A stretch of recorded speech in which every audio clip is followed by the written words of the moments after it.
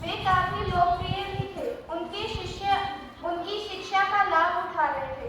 और उनकी जाति जिंदगी की बात करूं तो वे पत्नी और 2 बच्चों के साथ बड़ा ही खुशहाल जीवन बिता रहे थे।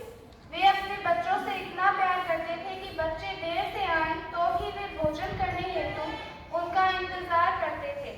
दूसरी ओर उनको किसी कारणवश घर लौटने में देर हो जाए तो बच्चे भी उनके बगैर भोजन नहीं करते थे। लेकिन एक दिन अचानक संध्या समय दोनों बच्चों के साथ एक हादसा घट गया। दोनों खेलते खेलते कुएं में गिर गए। चूंकि कुआं गहरा था, दोनों में से एक को भी बचाया न जा सका। उधर फकीर उस दिन कहीं बाहर गया हुआ था, सो देर से घर लौटा। लंबी यात्रा कर लौटा था, इसलिए कुछ थका हुआ भी था। इधर पत्नी निश्चित ही बच्चों की अकाल मृत्यु से काफी दुखी थी, पर वह फकीर की थकान देखते हुए गम छिपा गई थी। वह चाहती थी कि पहले फकीर कुछ खा ले, फिर उन्हें इस भयानक हादसे के बाबत बताया जाए। तो उसने फकीर का खाना परोस दिया। इधर फकीर यह देखकर आश्चर्यचकित रह गया। बच्चे घर नहीं लौटे थे, उसने अभी अकेले खाना नहीं खाया था। फिर आज पत्नी यह क्या कर रही है? उसने तुरंत पत्नी से कहा, प्रिय, क्या मैंने बच्चों के बगैर कभी खाना खाया है? तो आज फिर उनके आए बगैर मुझे अकेले खाना परोसने का क्या तुक? पत्नी क्या कहे, पर कुछ तो कहना ही था, बात तो संभालनी ही थी। तो उसने कहा, दरअसल आप काफी थके हुए हैं और बच्चे भी अपने मित्रों के साथ दूसरे गांव गए हुए हैं। आने में देरी होने की पूरी संभावना है। हो सकता है वे रास्ते में कुछ खाकर भी आए, बस इसलिए मैंने आज आप अकेले का भोजन परोस दिया। फकीर ने कहा, मैं थक अवश्य गया हूँ, पर इतना भी नहीं कि बच्चों का इंतजार तक न कर सकूं। और बच्चे खाकर आए तो भी क्या, इस उम्र में दोबारा फिर पेट भर खा ही सकते हैं। वे चाहे जितना खाकर आए या चाहे जितनी देरी से आए, मेरे साथ अवश्य खाएंगे। अब तो पत्नी के पास कहने को कुछ नहीं बचा था। मैं चाहते हुए भी उसे बच्चों के साथ घटे हादसे वाली बात फकीर से कहनी ही पड़ी।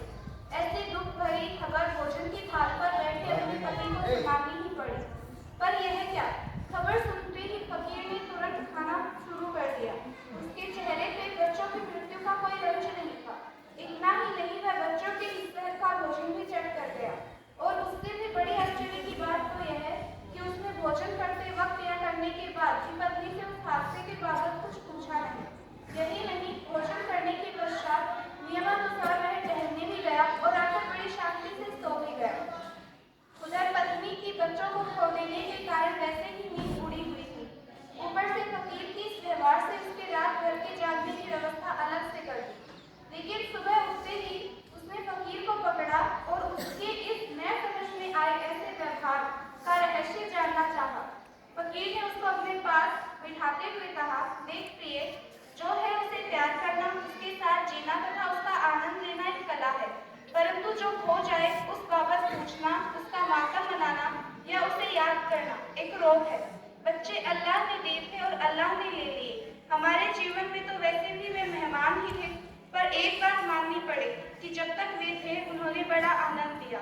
लेकिन हमारा आनंद कोई खुदा की किसी एकाध बख्शिश का मोहताज तो है नहीं। हमें तो खुदा ने उस कला का मालिक बनाकर भेजा है, जहाँ हमारे पास जब जो हो उसका हम भरपूर आनंद उठा सकते हैं। और आज भी देखो, मुझे आनंद देने हेतु तुम हो, गुरुकुल है, वहाँ के बच्चे हैं। कहने का तात्पर्य खुदा का दिया इतना कुछ मेरे पास है कि जो है उसका जीते जी भरपूर आनंद ले लो। बस मेरे लिए वही काफी है। अपने पति के मुंह से इतनी महान बात सुनकर पत्नी का दुख भी हल्का हो गया। साथ आप ही इतनी बेहतरीन कहानी और ऐसी महान शिक्षा पाकर अपने गमों से निजात पाई। जब जो खो जाए उसे खोते ही स्वीकारने की क्षमता पैदा करें। जो खो ही गया है, जो लौटकर आने ही नहीं वाला, उसका गम भी मनाना और अपने को बुद्धिमान भी मानना, दोनों एक साथ कैसे हो सकता है? सीधी बात समझो तो कौन कितना धार्मिक है, यह वह कितने मंदिर मस्जिद चढ़ जाता है, इससे साबित नहीं होता, बल्कि यह जो घट जाए